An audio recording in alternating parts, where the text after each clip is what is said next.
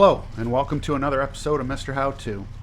Today, I am going to reveal how long it took to dig a trench.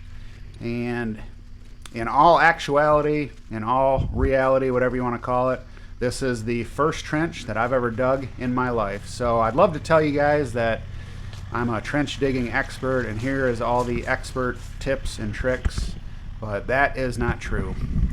And that would not be the case here. So if you've been trench digging for years or you have a lot of experience, if you notice anything in the videos, please put it in the comments.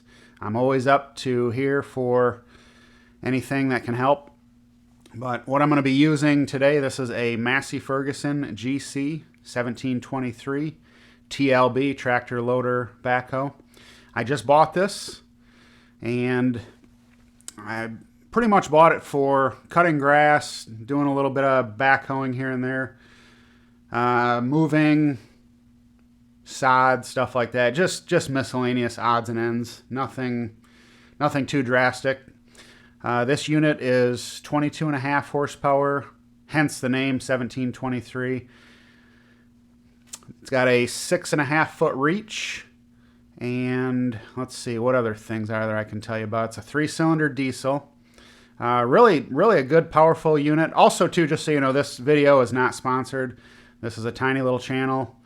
Massey Ferguson did not pay me any money to do this video, but you can if you want, Massey Ferguson. You can send a check in the mail. I would not be, what's the word? I would not be upset if you did that. So, but anyways, so I decided on a Massey Ferguson. I had looked at a bunch of different tractors. I had looked at LS tractors, Coyotes, Bobcats, John Deeres, Kubotas, pretty much about the top 7, top 8 tractors. And I don't know what it was about the Massey Ferguson, but I just kept coming back to it. I kept looking at it more. I'd watch more videos on them. I watched a video on YouTube where it was a Massey Ferguson against a Kubota. Same size tractors. The Massey Ferguson went to lift something up. It did it just fine. The Kubota went to do it, and the rear end of the Kubota lifted up. And then I found out the Massey Fergusons have a cast iron rear end, and the Kubotas and the John Deeres have, it's aluminum. I'm trying to think of the name, like it's not forged.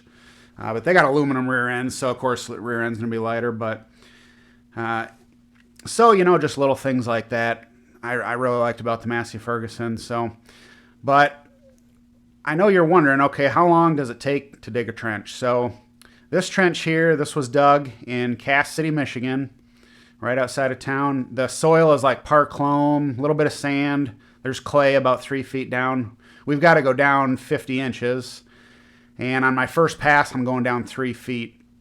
So to make a long story short, I went 45 feet in about 3 hours. So if you're thinking about buying one of these and you're wondering, now there can be all kinds of variables. There could be rocks, tree branches.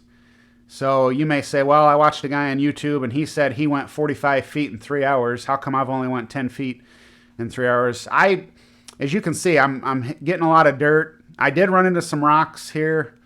When I change camera angles, you'll see there were some rocks we ran into. You're going to run into stuff when you dig a trench, and you may run into some lines. There's really just all kinds of factors. You can run into just really solid, compacted dirt and soil that you didn't think it was going to be this compact, and it can take a while. So this trench, though, when it's done, it's going to be about 100 feet long. It's going to be 50 inches deep, and it's about 12 to 14 inches wide. The bucket on this Massey Ferguson that's a 12-inch bucket. You can get a 10-inch, 12-inch, or a 16-inch bucket on these. This just happened to come with a 12-inch. So what I noticed, what works the best with this is you kind of start pulling off the top first. And then I was just doing it, you can see, pretty much at like a 45-degree angle. And you just keep pulling the dirt and pulling. One thing I wish that I'd really like on this tractor, it would be nice if you could move it forward while you sit in the back. Now, I'm doing it, but what I did, I took a shovel, and you just take the handle of the shovel, you lift everything up, you lift your stabilizers up, you lift your bucket up, and you push on the foot pedal and it moves it forward. But it would really be slick if there was a little lever where you could just move it forward while you're doing that?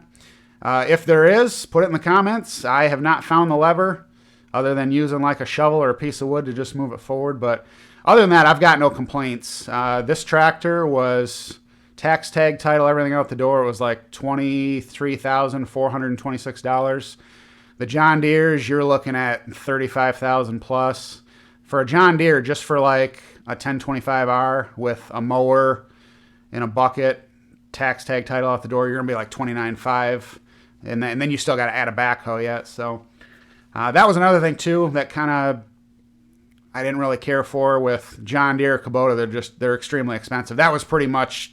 I'm not saying they're bad tractors. I'm sure they're both phenomenal tractors, but I like the price point with the Massey, and I figured, when I was a kid, whenever I'd go to a farm, it seemed like there was always two tractors. It was either a John Deere or Massey Ferguson. You'd see some Alice Chalmers every now and then. You'd really see a lot of stuff. I'd see Case IH, but I'd always see a lot of Massey Fergusons. So I figured, why not give Massey Ferguson a shot? And so far, it's worked pretty good. I've used it to cut grass. I've cut a little bit of sod with the bucket. It did it no problem. This tractor's four-wheel drive. It's got power steering.